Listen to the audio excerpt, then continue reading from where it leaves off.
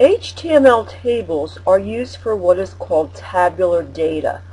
By this we mean for content that is organized into rows and columns.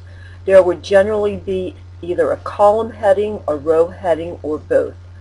Tables are not used for content layout or for page layout. Here we see we have an opening and closing table tag, and we have one row, which is indicated by our opening and closing TR tag. This row happens to contain 3 cells, which are indicated by our opening and closing TD tag. At minimum, you need a table tag, a row tag, and a TD tag. So at minimum, you need 1 cell in 1 row to comprise a table. And notice that it makes more sense to write the code down.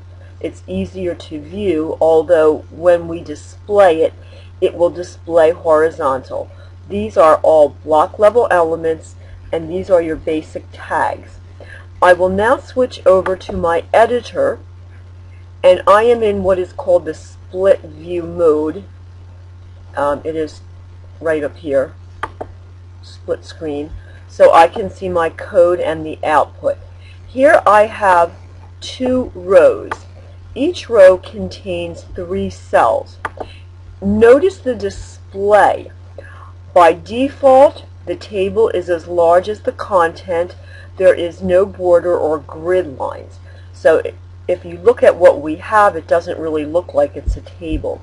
Now, if I were to add the border attribute, and I'm going to just set this to 1, now I see that I have grid lines. And if you look closely, you can see that there are some space between the grid lines. If I were to increase my border to a value of 10, I would notice that only the outside border changes and the inside grid lines stay the same. If I were to add a cell padding attribute, and notice where we're adding these attributes, and I will exaggerate this so that we can see it. I will set my cell padding to 10. You will notice that the inside of our cells are now roomier. So the padding, cell padding, applies to the inside of the cells. If I were to add a cell spacing attribute, and I will exaggerate it to 10, I will see the space increased. If I were to set the cell spacing to 0, I would notice that now I have nice solid lines. So let's take a look at the width attribute. If I were to add a width to my table, and I will you will notice that the table has just gotten larger. Notice that the cells are not necessarily even. Increasing the width of the table does not necessarily increase the size of the cells proportionally. If you want the sizes of the cells proportionally, you need to indicate this inside your TD tags. So I will copy and paste to make them all proportional. And notice that if you do start setting unit measurements, they do need to add up correctly, or there will be a problem with your table. Okay, let's look at the call span attribute. Enables us to span across cells.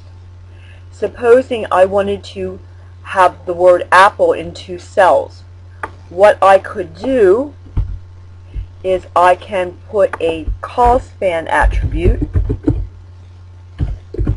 and I would set it to a value of 2, meaning that this cell will now span across 2.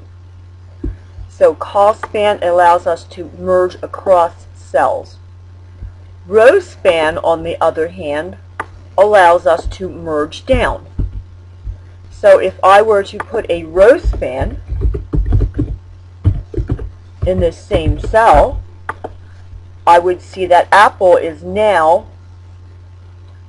taking the place of 2 cells also. So let me remove these attributes.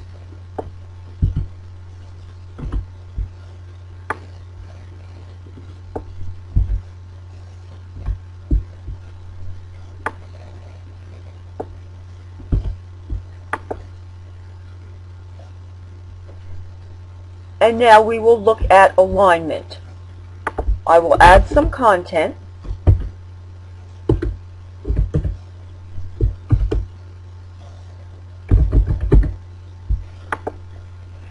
Notice we have what is called horizontal and vertical alignment. Horizontal alignment is right, center, left. Vertical alignment is top, middle, bottom. If I wanted to center the word kiwi, I can do so using the align attribute.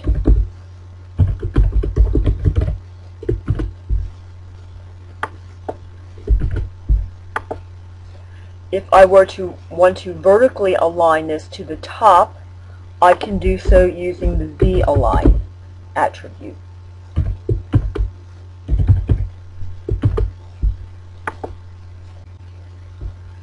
These attributes and concepts are the basic table properties that we are learning.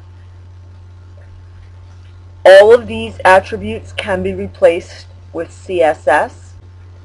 I have a lab on the handout that will allow you to practice using these. And for part 2 of the lab, I would suggest trying to replace these attributes using some suggested CSS properties.